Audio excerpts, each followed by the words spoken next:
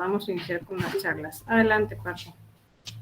Muchas gracias. Muy buenas tardes, mamás y papás de familia que nos acompañan en estas actividades que, si bien hay un acompañamiento académico y también socioemocional para tus hijas y para tus hijos, acorde a su formación, que en este caso, tanto en la preparatoria como en el nivel facultad están recibiendo, la universidad como institución formativa también considera todo el aporte que papá y mamá pueden de alguna manera gestionar e incluso también contribuir en este proceso.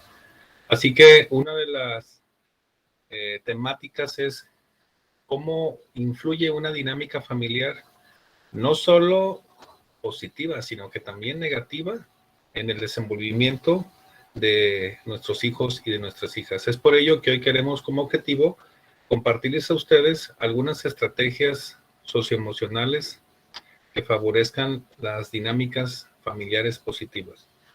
Fíjense que se ha incrementado el número de solicitudes de servicio de chicos y chicas desde edades de secundaria hasta profesional, donde hay de repente algunos episodios donde las emociones y las decisiones de repente pareciera que se salen de control sin una aparente causa.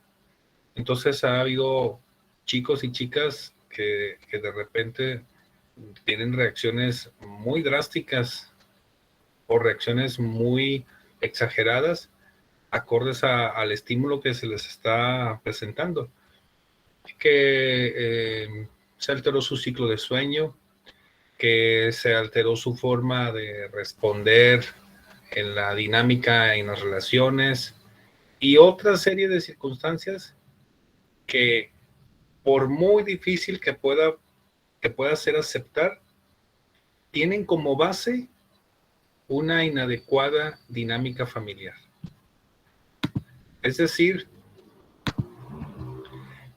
entendemos que hay dos aspectos importantes que utilizan las personas que generan todos estos términos para que nosotros como familia podamos desenvolvernos. Hay dos ingredientes con los cuales se mide vamos a decir, el ambiente positivo o el ambiente negativo que hay en una familia. Y entendiendo por esos dos ambientes la funcionalidad y la integración. Entendemos por funcionalidad, así de sencillo, que las cosas funcionan en la familia, que los roles se cumplen. Y entendemos por integración la unidad que se manifiesta por el contacto en un espacio físico determinado. De ahí de repente que los expertos hablen de familias disfuncionales o familias desintegradas. Entonces, estos dos elementos sería muy bueno que nosotros nos pudiéramos cuestionar cómo están en nuestra familia. Y es sencillo. Es decir, yo me puedo preguntar, ¿en mi familia las cosas funcionan? ¿En mi familia hay integración? Y en base a esas respuestas, nosotros, si encontramos que sí las hay, ahorita yo les voy a compartir algunas estrategias y algunos criterios que se pueden considerar para hacer estas respuestas. Si yo me respondo a mí mismo o los hechos en mi dinámica familiar o en mi ambiente familiar están diciendo que no, entonces yo me tengo que preguntar cómo están las funciones básicas que como familia tenemos que presentar a nuestros hijos. Primera función básica, material. Segunda función básica, la biológica. Y tercera función básica, la psicológica. No es difícil entender a qué se refiere con un aspecto material. Y así es. Es el sustento físico y material. Alimento, casa, ropa, cuidados básicos, de los aspectos que son necesarios para sobrellevar una vida en familia. Cuando encontramos que en estas necesidades o funciones básicas del ambiente familiar, en el aspecto material, no están cubiertas o cumplidas, se experimentan carencias materiales. Y esas carencias materiales marcan de manera muy, muy drástica el desarrollo sano de las cuestiones socioemocionales. En el aspecto y en la esfera biológica, pues nos referimos concretamente a todos los aspectos específicamente relacionados con la salud que tengan que ver con la preservación de la vida, con las condiciones que permitan manifestar esas necesidades materiales, pero pues en un estado de salud óptima y que, vuelvo a repetir, y que favorezcan la vida en cuanto tal. Y en el aspecto psicológico, este es amplio, porque aquí no solo son las cuestiones emocionales y mentales como desarrollo, son también las cuestiones sociales, las relaciones, los sueños, el desarrollo moral y todos aquellos aspectos que de repente pudieran parecer un tanto subjetivos. Es decir, que a veces cada familia tiene sus maneras y sus modos de vivir esta psicología familiar.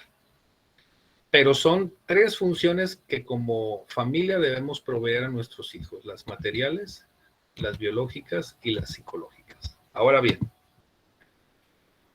la familia se hace disfuncional y vean cómo son frases, aquí están muy sintetizadas y muy puntuales, pero esto es tema de mucha investigación y eso es tema de muchas estrategias, de muchos programas y muchas acciones que social, educativa, académica y a veces hasta legalmente se han estado implementando en todas las sociedades. La familia no funciona cuando no se tiene la capacidad de asumir los cambios. Y nosotros nos podemos poner a revisar. El hecho de vivir esta contingencia ha implicado para todos una modalidad, me voy a regresar un poquito, que ha afectado estas funciones básicas. Entonces, cuando estas funciones básicas no pueden asumirse acorde a los cambios que se exigen, no va a haber una funcionalidad. ¿Qué mejor evidencia o qué mejor prueba? Hay otras en ocasiones, ¿no? Que la familia se hace disfuncional porque no se pueden asumir los cambios acordes a algunas cuestiones de salud, acordes a algunas cuestiones académicas, acorde a algunas cuestiones de necesidades económicas. Y cuando esos cambios no pueden ser adaptables por parte de la familia, entonces hablamos de una disfuncionalidad. La familia se hace disfuncional cuando la rigidez o las reglas que existen impiden, miren cómo dice aquí, impiden ajustarse al propio ciclo de desarrollo de los integrantes. Es decir, cuando se vuelve más importante la regla que las personas que integran la familia. Y esa rigidez puede caer en algunos estilos en los que podemos llevar a nuestra familia de una manera muy autoritaria, a veces llegando al grado de mostrar comportamientos irracionales y poco saludables, como la violencia, uno de los principales aspectos que más dañan las dinámicas de las familiares, de la familia. Y también la familia se hace disfuncional cuando hay incompetencia adentro de la misma familia. Incompetencias en la comunicación, vuelvo a mencionar, incompetencia al cumplir estas tres funciones básicas, cuando no se dotan de estas necesidades. También este incumplimiento de las funciones básicas muchas de las veces es lo que causa o empieza a ser la causa de los diferentes conductas de riesgo que pueden presentar los chicos y chicas, que en este caso tenemos principalmente en etapa de preparatoria, en etapa de profesional y etapa de secundaria, pero principalmente esta etapa de preparatoria y secundaria es donde más van a manifestar los síntomas de esta disfuncionalidad en el comportamiento los estudiantes y las estudiantes. Ahora bien, ¿qué se ocupa para que la familia pues tenga esa funcionalidad? Como les ponía esos dos.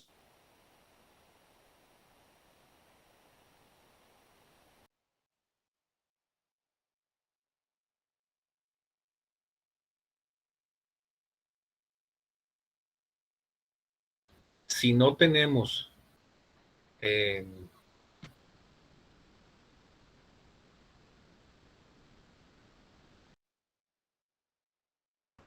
Paco, te estamos dejando de escuchar. De repente ya no te escuchas.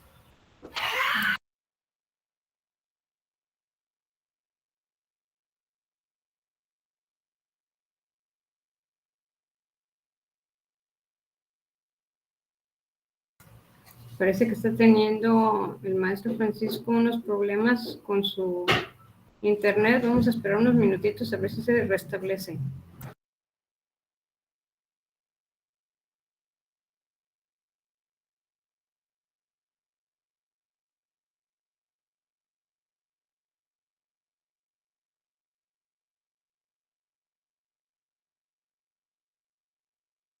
Por maestro.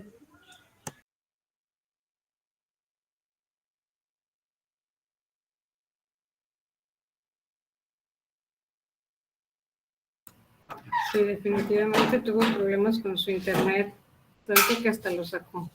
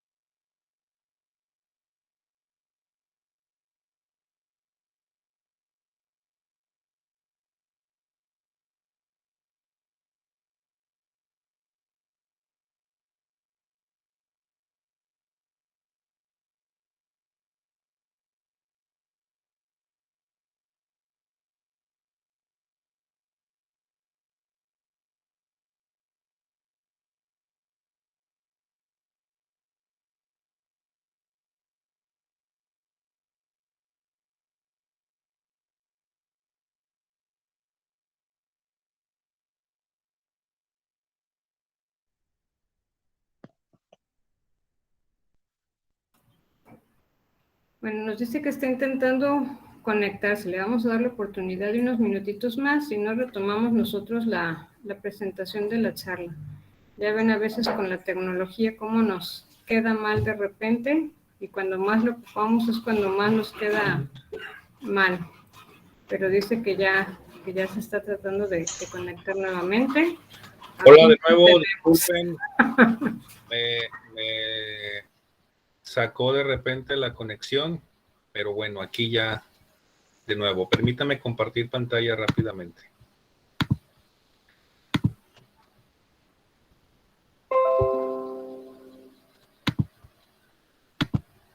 Bueno, gracias y les comento si en la diapositiva que les estoy mostrando fue donde me dejaron de escuchar. ¿Me ayudarían a apoyarme a ubicarme, por favor? Sí, te quedaste en la anterior, estabas dando paso a esta diapositiva. Ajá. De acuerdo, entonces estábamos explicando estos conceptos para pasar a esta, ¿sí? ¿Retomamos desde aquí? Sí. Bien, bueno, muchas gracias.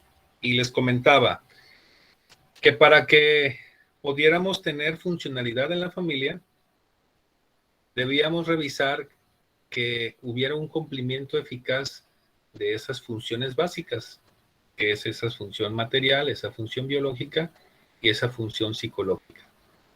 Y que otro importante aspecto es que el sistema familiar permita el desarrollo de la identidad personal y de la autonomía de los miembros. Miren, sobre todo en las etapas de la adolescencia, en secundaria es cuando se empieza a marcar mucho esta cuestión, ¿no? De repente nuestros hijos, nosotros podemos apostar que los conocemos, sabemos cómo reaccionan y pues claro que son buenos muchachos, que son buenas muchachas, que están interactuando y de repente llega esta etapa de adolescencia, etapa de secundaria, etapa de prepa y pensamos que pues quiénes son o de dónde aprendieron esto o de dónde sacaron esos aspectos. Bueno, porque empieza la función de la identidad y de la autonomía a desarrollarse en ellos y en ocasiones, pues hay cierto conflicto que ocurre en toda etapa de desarrollo psicoemocional de un chico, de una chica. Y si no, acuérdate de la etapa cuando la pasaste tú y la pasé yo. Aspectos y conductas que de repente rayan desde la curiosidad hasta el riesgo, a veces extremo. En la primer charla que dimos en este ciclo de conferencias, yo les compartí un video que hablaba de pese a todo lo que pudieran hacer tus hijos y tus hijas, el mensaje final que daba ese video reflexión decía, quiérelo. Aunque ruja, aunque se enoje, aunque se equivoque, aunque te rete, quiérelo. Porque hay etapas, algo así decía el video, ¿no? De luz, pero también de sombra. Y hay que estar al final del día en el acompañamiento. A veces acompañar con energía y con autoridad muy, muy, muy radical, sin que llegue a la violencia, pero sí, pero con literalmente así. A veces hasta con cierto grado de represión, ¿no? Como de repente, pues ciertas conductas donde pues un permiso te va a implicar un riesgo, pues es ser firme, es un no, literal así. Y se da mucho, ¿por qué? Porque el desarrollo de la identidad personal y de la autonomía ya está en su apogeo. Otro aspecto es que el sistema familiar exista también cierta flexibilidad para estas reglas y que se puedan solucionar los conflictos. Yo a veces les comparto a los papás y a las mamás porque no hay una receta para todos los casos que se puedan presentar. Y además, pues cada quien conocemos nuestros límites como familia, ¿no? Pero les doy un tip. Le digo, si la regla o la norma en la familia para llevar el orden de las cosas ya no ayuda al desarrollo de esa identidad personal y ya raya en la violencia, ahí es señal de que hay que hacer un cambio. Por eso el sistema familiar tiene que tener una clara comunicación. Y ahí papás y mamás tenemos que estar conscientes de que lo que nuestros hijos hagan, bueno o malo, fíjense, hasta de manera un tanto cómica, pero real, le voy a poner porcentaje, hasta en un 70-80%, nosotros se los enseñamos con nuestra coherencia o incoherencia que transmitimos a través de la comunicación constante, y no me refiero a lo que decimos, sino a lo que hacemos. Dice una frase que se utiliza mucho en el ambiente terapéutico. Si es histérico, es histórico. Es un juego de palabras. Es decir, mira nada más este muchacho qué rebelde y qué grosero y qué grosera y por qué funciona y por qué reacciona así de esta manera tan drástica. Invito a papá y mamá a que revises la historia de la familia. en un 60 o a un 70, 80% es aprendido por alguna situación que no quedó resuelta y nunca se expresó ¿sabes? Hay infinidad de razones, pero la comunicación, de hecho, la no comunicación en la familia no existe. Y nuestros hijos, si nuestros hijos van en prepa, han tenido de 15, 16, 17 o 18 años recibiendo y observando esa comunicación y aún más viviéndola. Entonces, si de repente te sale súper lista y súper listo y con ánimo y todo, ¿qué crees? Un 70, 80%, tú fuiste la causa. Pero que si te sale miedoso, renegona, respondón, irresponsable, ¿qué crees, papá?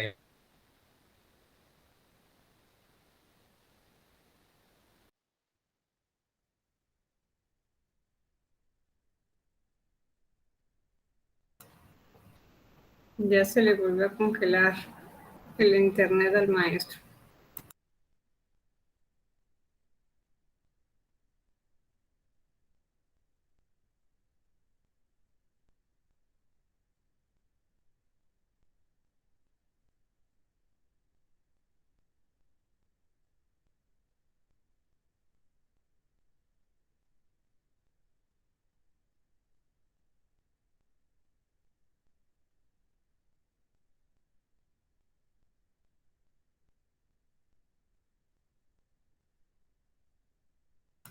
Bueno, vamos retomando y ahorita que se integre nuevamente, les cedemos el uso de la voz al maestro. Entonces, él estaba comentando, para recapitular rápidamente, lo último que dijo es que es una gran parte de lo que nosotros hacemos, lo que va a influir en la forma de ser de nuestros hijos y de nuestras hijas.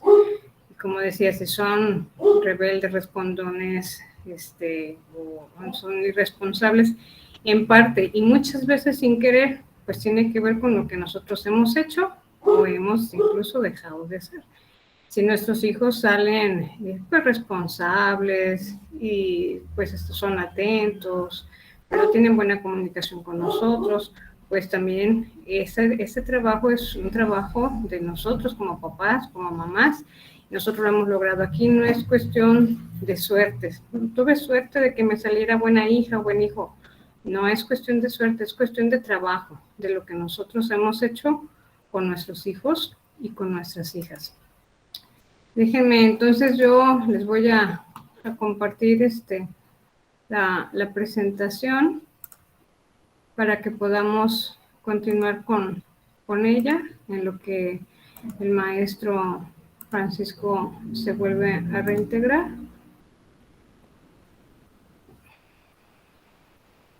Me dicen cuando puedan verla ya, por favor.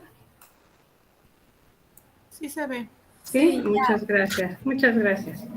Bueno, entonces dice aquí la diapositiva, hay que tener mucho cuidado. ¿Con qué vamos a tener mucho cuidado? Pues se denominan como tóxicas las dinámicas familiares rígidas, donde destaca el control y la autoridad sobre alguno de sus miembros, en lugar de la libertad y el respeto a cada individuo de la familia. Entonces, generalmente cuando nuestros hijos pues son chiquitos, pues nosotros marcamos más esa autoridad, porque precisamente están aprendiendo y de alguna manera se nos hace relativamente fácil esta labor de padre o madre, ¿no? Les decimos una cosa y por lo general, pues ellos la acaban haciendo, a veces con berrinches, a veces de buena manera, pero finalmente acaban haciendo lo que nosotros les decimos. Cuando empiezan a buscar esta identidad de la que hablaba el maestro Francisco, que como dijo él, se empieza a ver mucho más, pues en secundaria, finales de la primaria, incluso secundaria, ¿verdad? Y no se diga en el nivel de bachillerato, pues entonces empezamos a ver que ya las cosas que les decimos, pues ya no las aceptan a la primera. Y además de no aceptarlas a la primera, pues a veces hasta nos refutan, ¿no? Pero ¿por qué lo voy a hacer? ¿O por qué lo tengo que hacer? O yo no quiero hacerlo de esta manera, yo quiero hacerlo de otra manera. Y entonces ahí es lo que decía, tenemos que adaptarnos a los cambios para seguir siendo una familia funcional. ¿Cómo vamos a adaptarnos a esos cambios? Pues aceptando que nuestros hijos ya están buscando cierta independencia, están buscando esa identidad que van a ser ellos más adelante, o sea, cómo van a ser ellos, no pueden ser como yo quiera que sea, y están probando y probándonos también, ¿no? Hasta dónde pueden llegar ellos como hijos y cómo vamos a reaccionar nosotros. Entonces, en ocasiones sí, tenemos que ser firmes y como decía él, si están poniendo en riesgo su vida o su integridad o cualquier cosa, pues cuando tenemos que marcar un límite firme, pues lo marcamos con firmeza, pero sin llegar a ser autoritarios, ¿no? O sea, pues porque lo digo yo y punto. Así no, porque lo único que vamos a lograr, pues es enfrentarnos con nuestros hijos, con nuestras hijas, y al tener estos enfrentamientos, pues entonces nuestra comunicación con ellos se va a ver coartada, se va a ver lastimada. Y en lugar de tenerlos cerca, pues los vamos a empezar a alejar. Aquí lo importante es estar cerca de ellos, cerca de ellas, para poder orientarlos, que nos permitan poder seguir entrando en su vida y poder estar con ellos y acompañarlos. Entonces, aquí es importante esta parte. Hay que poner límites sin ser autoritarios. Y en estas etapas de la vida, pues lo más importante es aprender cómo a negociar, ¿sí? Porque ellos empiezan a pedir muchas cosas, sobre todo libertades, y entonces nosotros tenemos que aprender a negociar con ellos y ellos aprender a negociar también con nosotros esos permisos. Y nosotros, pues ya como autoridades, tenemos que pensar cuándo sí, cuándo no, o hasta dónde sí, hasta dónde no. Y entonces así nos volvemos flexibles, nos vamos adaptando a estos cambios que tienen nuestros hijos, porque tampoco podemos tratarlos igual, ¿no? Dicen que los hijos son como los dedos de la mano, todos son hijos de la mano, son dedos de la mano, pero no son iguales. Entonces, incluso aún así, cuando tenemos hijos, tenemos que hacer esas diferencias entre ellos, y eso es lo que permite que la familia se vaya adaptando a los cambios, a todas estas situaciones. Aquí en esta diapositiva, pues vemos que las dinámicas familiares tóxicas suelen poseer alguna de estas características que se mencionan acá. Las dinámicas familiares tóxicas aparecen cuando la comunicación ante un problema se vuelve extremadamente complicada, ¿sí? O sea, no podemos dialogar porque acabamos gritándonos, acabamos peleándonos, o todo lo contrario, ¿no? No podemos dialogar de los temas que nos están afectando, de las cosas que nos están afectando, ¿no? Entonces, hay silencios o hay temas que se vuelven así como prohibidos, como que no los mencionamos, y si hubo algún problema, pues hacemos como que no pasó nada y fingimos como amnesia, ¿no? Que se nos olvidó y todo como si nada y vamos para adelante. Cuando en realidad lo que se debe de hacer, pues es hablar sobre las cosas y hablarlo de manera asertiva. La comunicación asertiva, pues es hablarlo desde mi punto de vista, lo que yo pienso, lo que yo estoy sintiendo, lo que yo creo, en lugar de culpar a los demás o decirle, bueno, es que tú me hiciste enojar, es que tú tienes la culpa. No, más bien es, yo me sentí mal por lo que tú dijiste, ¿sí? Yo me enojé por esto. Entonces, tenemos que aprender a comunicarnos de manera asertiva. También las familias tóxicas no respetan el espacio vital de los miembros de la familia. No queremos estar ahí siempre encima de nuestros hijos, en este caso nosotros como padres, ¿no? Siempre encima uno del otro, viendo qué hace, qué no hace, a qué horas lo hace. Tenemos que aprender a darle su espacio. A los hijos de todas nuestras edades tenemos que darles ese espacio también, porque ese espacio también les va a hacer que busquen su identidad, que crezcan, que maduren, sin perderlos de vista, obviamente, pero sin ser invasivos. También, bueno, esto nos puede llevar como familias tóxicas a pues tener miedo de confrontarnos o de tener problemas. A los problemas pues no hay que tenerles miedo, a los problemas hay que enfrentarlos, no confrontarse con las personas, pero sí afrontar esos problemas, porque es la única manera en la que vamos a poder resolverlos. Igual los miedos que tengamos ahí, nosotros tenemos que afrontarlos, porque si no los afrontamos, no se resuelven y al contrario, van creciendo. A veces estos miedos ¿a qué nos llevan? Pues nos llevan a que aparezca la sobreprotección con nuestros hijos, ¿no? Obviamente, pues ninguno como padre o madre queremos que les pase algo a nuestros hijos, queremos pues protegerlos, y qué más quisiéramos que tenerlos en una burbuja que no les pasara absolutamente nada. Pero la vida no es así, van a tener ellos que ir aprendiendo poco a poco de esas experiencias y a veces incluso vivirlas, a pesar de que puedan ser dolorosas y más dolorosas como padres. Pero esas experiencias son las que en realidad los hacen madurar. Entonces, nosotros tenemos que permitirles vivir esas cosas, no sobreprotegiéndolos, les damos los consejos, les decimos lo que pueden hacer, pero si aún así hay cosas que, bueno, ¿no? Que se me olvidó la bata. Ay, ahí voy a llevarle la bata porque si no, no va a entrar al laboratorio. Pues se le olvidó la bata y yo la vi ahí y pasó junto de ella y no la vio. A veces hay que, como dicen, hacer de tripas corazón y pues no decirle nada. Ay, la bata y no pudo entrar. Hay que poner atención. ¿Eso por qué le va a servir más adelante? Pues se va a ser más responsable y se va a ser más atento con sus cosas. De otra manera, siempre va a estar esperando que haya una persona que le esté recordando de todas las cosas y no va a aprender a madurar en ese sentido. Por último, dice acá, en las familias tóxicas sus miembros pueden sentirse como atrapados, ¿no? Frustrados porque estamos allí encima de ellos, no tienen capacidad para expresarse y pues realmente no sienten que sus necesidades están siendo atendidas, ¿no? Porque una de las necesidades es precisamente brindarles como ese espacio. ¿Cómo evitar que las familias nos hagamos tóxicas? Pues hay que trabajar el desarrollo de la empatía. La empatía es aquello que hemos escuchado mucho que dice, bueno, hay que ponernos en los zapatos del otro, ¿no? Y eso no significa más que hay que tratar de ver las cosas como las está viendo el otro.